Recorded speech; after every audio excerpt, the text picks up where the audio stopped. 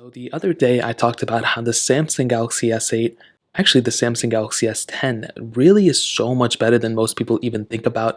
And with the Samsung Galaxy S8, I went ahead and made another video about how it could possibly have gotten One UI 4. But to be honest, this phone has no reason still being this good, to be completely honest. In terms of the build quality, I will talk about this tomorrow with One UI 4 video, but dude, this build quality on this phone is so good still, and I have such very few things to complain about overall. This is still a very solid looking phone, and it has just so much I/O, so much capability for being a 2017 device.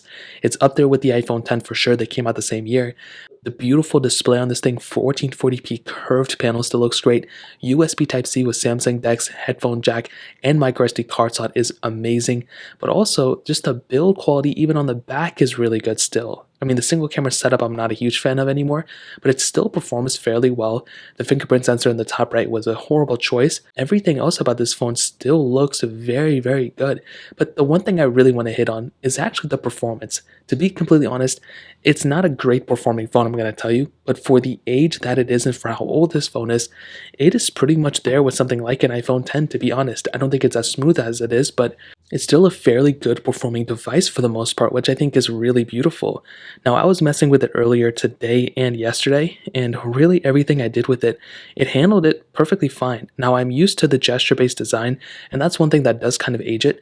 And I just hit the camera, but with my One UI 4 update on my Samsung Galaxy S21 that I have here, I was looking at the similarities between them, and there are so many similarities between these devices, it's not even funny. No matter what I did with my Samsung Galaxy S8, when I hold this phone and I hold my Galaxy S21, I feel like I'm using a more premium device on something like a Galaxy S8, which doesn't make any sense, I know, but it's just so crazy to me now. A lot of these games still perform fairly well too. And this isn't a super outdated phone, it's not like a 2003 phone or anything, but the fact that you can still download games, Android 9 is 3 versions old as of this point, but it's not like completely outdated. And you can see, I mean, even a simple game like Temple Run 2 runs fairly well on it, which I think is a pretty cool thing. And I do think, I mean, even the camera isn't that bad of an option. And this phone was for sure one of the biggest improvements on the Galaxy lineup. I think for probably the only other phone I can think of that was even at this level was probably the Galaxy S10. That was a massive improvement. And with this device coming at a time where phones were starting to kind of redevelop, this was one of the biggest upgrades Samsung's ever made. The lack of the bezel, no more home button, fingerprint sensor on the back. Really the only other phone that even came close to this one was the Galaxy S10, which may have beaten it, to be honest. But for now, the Samsung Galaxy S8 really has no reason being this good still. I mean, for it to be unsupported, for it to be still kind of, here and there, and for me to still make videos on it, I think there's still a huge community of people buying this phone. I just wish, the one thing I wish about the Galaxy S8 was that it had some sort of custom ROM community behind it. I wish Samsung were, made it a little bit easier for us to, modify it and add some ROMs, because the hardware of this phone is still very, very good. I'm feeling this phone now. I'm looking at this phone and you're looking at this phone too.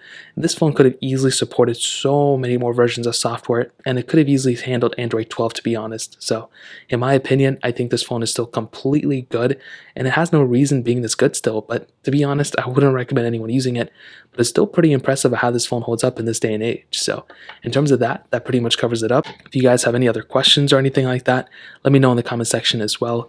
Hit the like button, that would mean so much, but definitely hit that subscribe button. More importantly than everything else, I love every single one of you guys. Hopefully I'll catch you guys in the next video. Peace out till then.